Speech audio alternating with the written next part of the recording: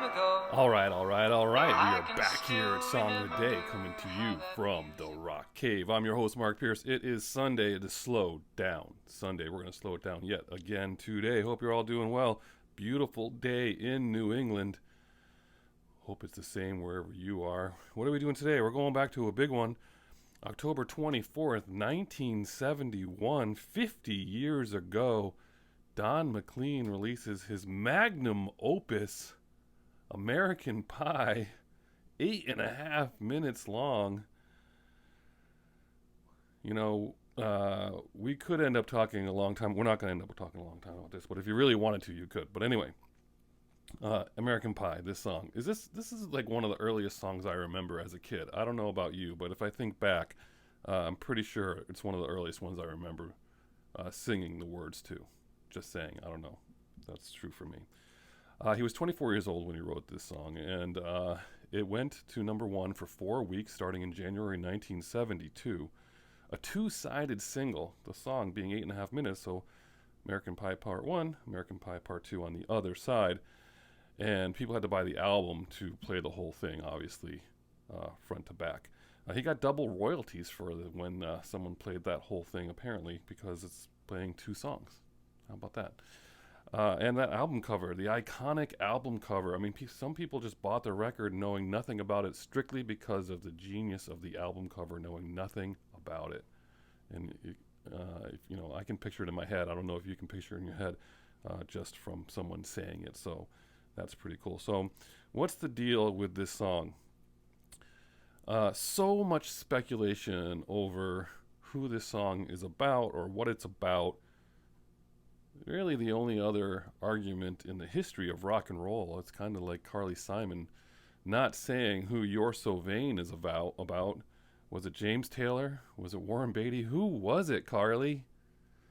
And then she auctioned off her original lyrics or whatever she did, or maybe she auctioned off just telling the person who it's about, the secret, some years later.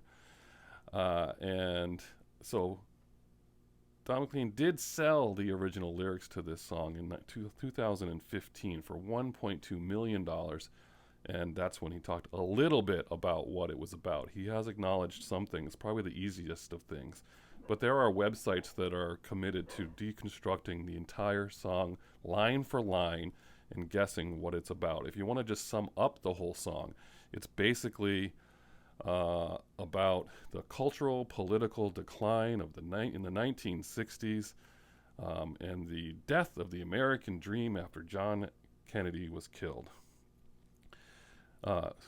Anchored by the day the music died, that day in 1959, February 3rd, 1959, Buddy Holly, Richie Valens, and the Big Bopper killed in that plane crash. When Don was 13 years old, he was a newspaper delivery boy, and he saw that headline.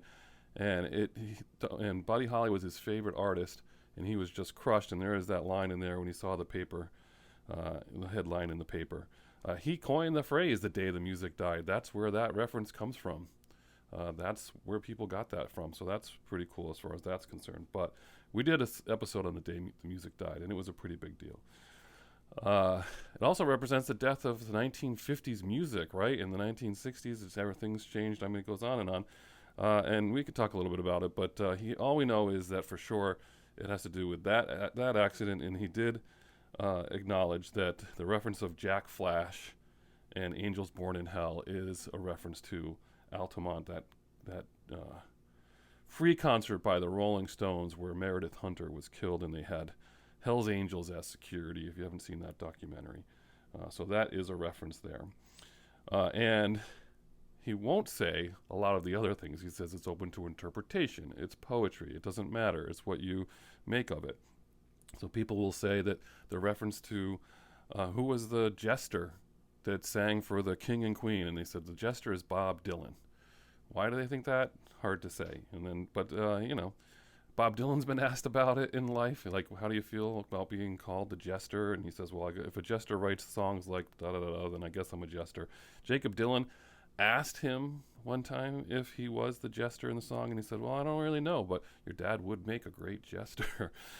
And who were the king and queen the jester was singing to? Some people say it was Pete Seeger and Joan Baez, the king and queen of folk music.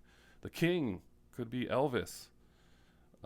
There's the references to possibly the Beatles, the Byrds, Kennedy, Charles Manson,